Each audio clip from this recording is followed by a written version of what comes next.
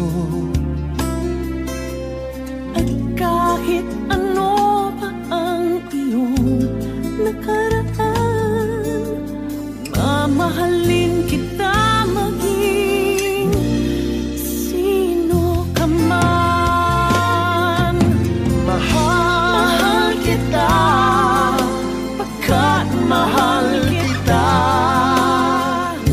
Iniisip nila ay hindi mahalaga. Mahal kita,